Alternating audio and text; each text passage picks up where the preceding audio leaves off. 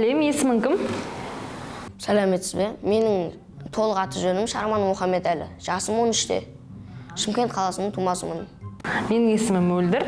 Біздің салмақты сұхбат бағдарламасына қош келдің. Бағдарлама барысында мен саған бірнеше сұрақтар қоямын. Сол сұрақтарға шынайы, еркін, ашық түрде жауап беремін деп уәде бересің бе маған? Иә, уәде бере аламын. Аха. Енді бірінші сұрақ, өскенде кім болуды армандайсың? Өскенде күрестен әлем чемпионы атанғым келеді. Ал кішкентай кезіңде бір бастық болсам, әкім болсам, президент болсам деген сияқты арманың болды ма? Болды. Мен кішкентай кезімде мен ең үлкен бастық болғым келді. Осы Шымкент менікі болғанын қаладым кішкентай кезімде. Қазір чемпион болуды армандайсың. Неге олай арманың өзгеріп кетті? Өсе келе арманың өзгере ма, сондай болады. Мен кішкентай кезімде бастық болуды армандадым. Уже 10 жастан аса бастаған кезімде спорт туралы ойыма спорт құйылды да. Одан кейін барып мен спортқа көбінесе жақындай бастадым. Қазір енді 13-тесің, 10-нан асқаныңа 3 жыл өтіпті. Енді алдағы уақытта тағы арманың өзгеруі мүмкін ба? Бірақ мен өзгертпеймін. Енді жаңа айтып жатсың, бастық болуды армандадым деп. Енді жалпы бастықтардың бастығы ол президент, иә? Ал сенің ойыңша президент деген кім? Президент деген өз халқына жақсы адам болып көріну, тағы осы елді көркейту, өзінің адамдарына жақсы қарау деп ойлаймын мен. Кез келген адам, мысалы, президент болып кете ала ма? Осы мен немесе сен президент болып кете аламыз ба? Қандай мен, мысалы, президент болу үшін мен не істеуім керек? Менде қандай бір қасиеттер болу керек? Сізді алдыңызға қойған мақсат қойдыңыз, алдыңызға соған жетем деп талпынып тұрсаңыз, әрине ол президент болуға толық хақыңыз бар.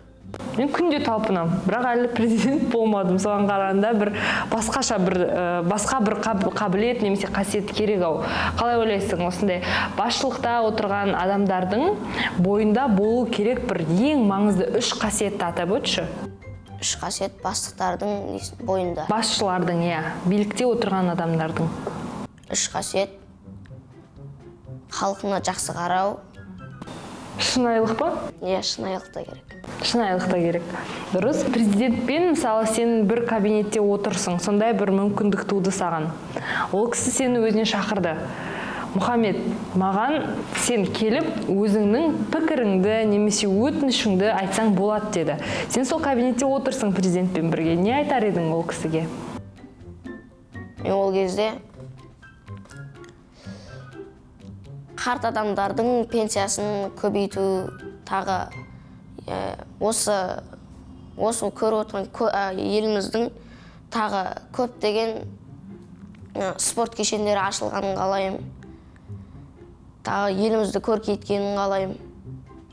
Алдына мен ондай мүмкіндік келетін болса, егерде осы сөздерімді нақты айта аламын. Сол күнге жетуіңе тілектеспін. Ал енді президент кім екенін білдік. Депутат деген кім? Депутат деген президенттердің ең үлкен бір саты жоғары тұратын адам. Президенттен де жоғары тұра ма? Деп ойлаймын. Деп ойлайсың. Депутаттарды өмірде көргенсің бе? Олар көп бол, түрлері қандай болады, олар не істейді? Мен депутатты көрмегенмін. Көрмегенсің? Иә. Ал әкім деген кім? Әкім деген, мысалы, ауылдың әкімі болады, өзіміздің қаламыздың әкімі болады. Әкім деген, мысалы, бір ауыз сөзбен айтқанда, өзінің халқына жанашыр болу керек. Сен әкім болсаң не істейсің? Қалада осы Шымкенттің әкімі болсаң, Шымкентте қандай мәселелерді бірінші кезекте шешетін едің? Мен бірінші кезекте Шымкентте көптеген дау-дамай болады. Тағы да көбінесе ұрыс-керіс көбейіп кетеді. мен егер осы Шымкенттің әкімі болатын болсам, егерде бірінші очерттен көшеге көбінесе тәртіп орнатамын. Тағы да көптеген спорт кешендерін ашамын. Маған сол қызықтау. Сенің ойыңша, сенің жалпы парақорлық деген сөзді естуің бар ма? Парақорлық деген сөзді қазіргі заман естімегенмін. Естімегенсің. Пара беріпті, пара алыпты деген сөзді ше? Пара беріп. Естуім бар.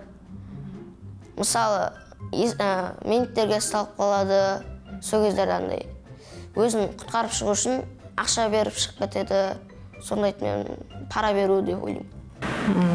Ал параны тағы қай жерлерде береді? Жаңа полицияға ұсталып қалған кезде береді деген ол бірінші мысал. Одан бөлек тағы қай жерде пара беріп құтылып кетуге болады? Тағы да мысалы көшенің бұзықтары көп дегендей, соларға ұсталып қалсаң да былай ақша беріп шығып кетеді көбісі. Солай ма? Жалпы пара берген сенің ойыңша дұрыс па? Пара берген дұрыс емес. Неге?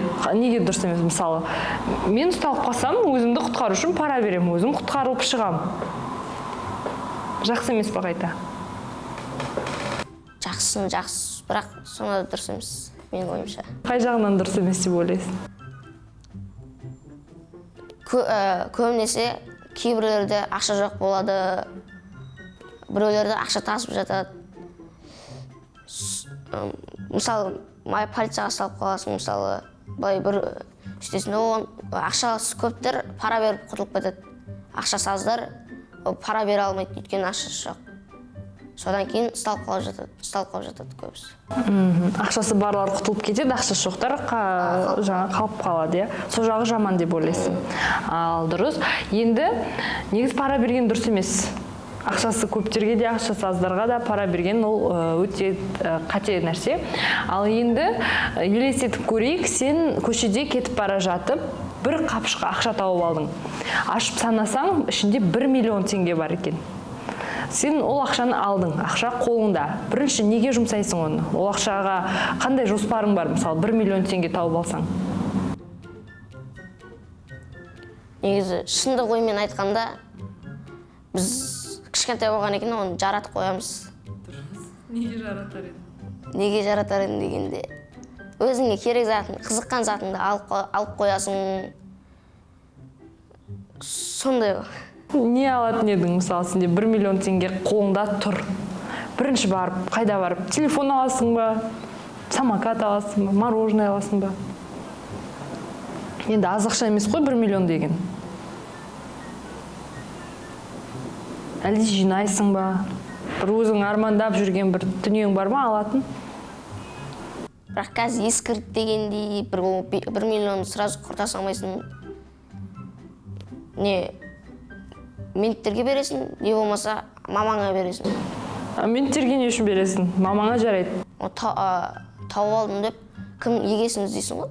Өткізесің ғой, мына ақша жоғалып қапты, кім жоғалтты деп милицияларға бересің, иесін тауып олар қайтару керек, дұрыс па? Керемет, бірінші рет мынандай жауап естіп тұрмын, жарайсың, Мұхаммед. Шынайы жауап бергеніңе рахмет. Біздің салмақты сұхбат бағдарламасының көрермендеріне айтар тілегің болса, мархабат. Мына апайдың қойып тұрған жауабындай, сендер де ақша тауып алатын болсаңдар, егерде ментке барып, хабарласып, иесін тауып іздестіріңдер. Бұлай ақшасын құртып қоятын болсаңдар, егерде ол іздеуі мүмкін, не болмаса ұялам деп іздеп жатыр деп, ұялам деп ақша жинауы мүмкін. Мен сендерге сондай кеңес беремін. Жарайсың, рахмет саған. Сау бол. Сау болыңыз.